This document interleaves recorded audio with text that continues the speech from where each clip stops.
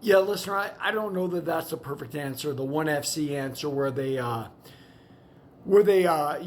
you dehydration chest. I mean, you already know the UFC took away IVs a while ago, but what does that really do? Like, that just makes you not be able to get healthy before the fight. But I guess their theory is then you can't dehydrate as much either, right? Which I don't know. Like, it's a little bit like the steroid rule, right? Like, you can do whatever you want. Some people are going to cheat and not get caught. Some people aren't.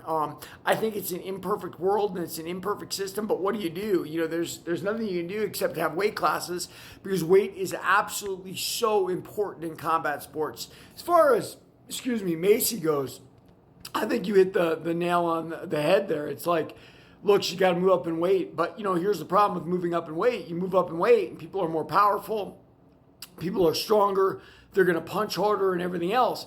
And, the UFC, they solved a lot of problems from boxing. One of them was weight classes. Like, boxing for years and years and years, and obviously Dana White was a boxer, he knew this, would lament the weight system, meaning there are too many weight classes, blah, blah, blah. So Dana came in, made the 8 original weight classes. I think originally he had only 3, and then he added little by little. So he's got the 8 original weight classes in different spaces for the world we live in, or at least the continent we live in, right?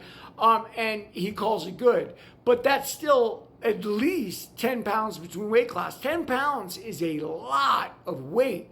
So then now you think, well, we don't have proliferation of weight classes. Okay, maybe you don't, but you got kids training to make weight that can't make weight, and they get themselves in trouble like Macy did last night.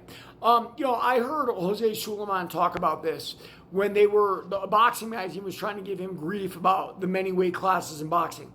And he said, look, you Americans are kings of kings. You don't really understand how the world works.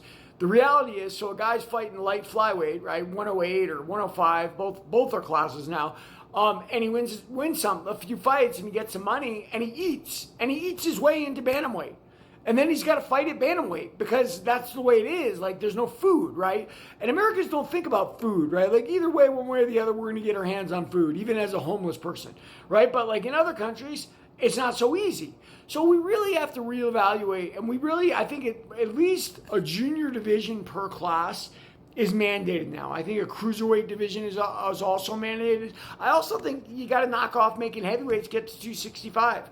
I mean, what's the point of a heavyweight weight class, right, if we're going to have that? So that doesn't make any sense to me. It's time for the junior divisions, junior welter, junior middle, junior bantam, junior fly, all of that. It's time to bring them in. But, look, who knows if they'll do it? Who knows how they'll feel about it? Maybe that's too many fighters in their roster. They don't want that right now, but eventually they will. I guarantee it. And read my book, Warrior of the Light.